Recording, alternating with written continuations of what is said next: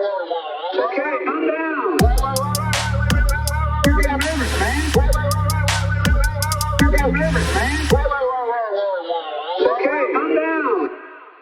What they don't talk about in the piece is that when Citibank is in Haiti in 1915, and they're involved in the United States occupation of Haiti, they call for occupation, the landing of troops in Haiti. This is not an exceptional moment in the Caribbean in this period. This is the high era of dollar diplomacy, where you have Nicaragua is described as the Republic of Brown Brothers because of their presence in the country, and they call for troops in Nicaragua. You have in Cuba, not only is Citibank deeply involved in Cuba, but the Chase Manhattan Bank, now JP Morgan Chase Bank One, is involved in the Machado government and is involved in lending huge amounts of money to the Machado government, knowing that Machado is butchering political opponents, and that the Cuban people are starving, and that they're never ever going to be able to pay back this debt.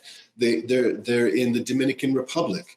They're in they're all throughout the region. So I think I wish the New York Times had opened up that kind of window to really talk about this, not as exceptional to Haiti or exceptional to Citibank, but part of Wall Street in the Caribbean and Latin America during this period in a whole range of fashions. The other thing I wish that they had, in terms of this question of reparations, we have to be clear that that obviously the Haiti paid reparations to France, but this is something that's going on throughout the Caribbean after slavery.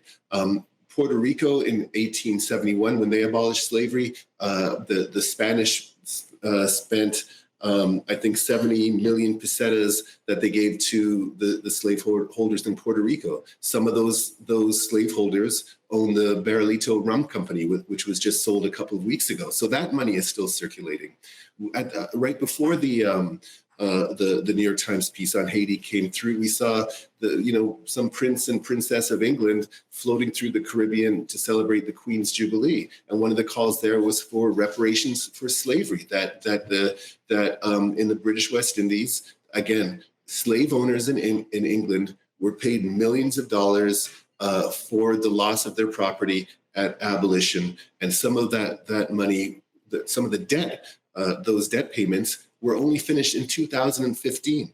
And so it's unfortunate to me that this amazingly researched piece wasn't able to open up a broader conversation around reparations and a broader conversation around US and European imperialism in the Americas.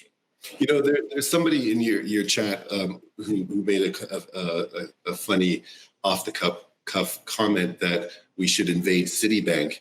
And to some degree, I think they have a point. And one thing that we need to recognize is right now, Citigroup about a year ago announced that they're undergoing what they're calling a racial equity audit, which is what they're doing, a kind of forensic analysis of their own ledger sheet to show how they may have contributed to discrimination in lending and housing. And my question is, well, if they're willing to do a racial equity audit based on the kind of their domestic policies, why not open that up geographically and historically? To this day, Citibank has never made a public statement on the US occupation. They didn't from 1915 to 1934. They haven't opened their archives up to researchers. They didn't open them up to the New York Times. And we don't know actually what's in those archives and what more might be there.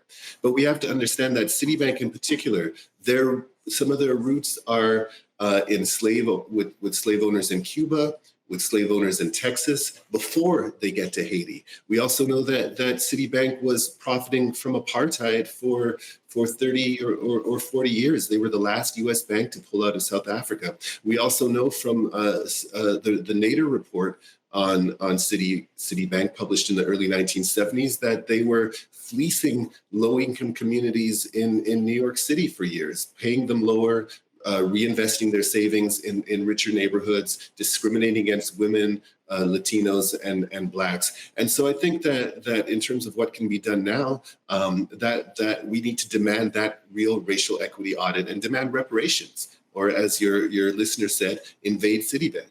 Yeah. Yeah, can organize the troops right from here.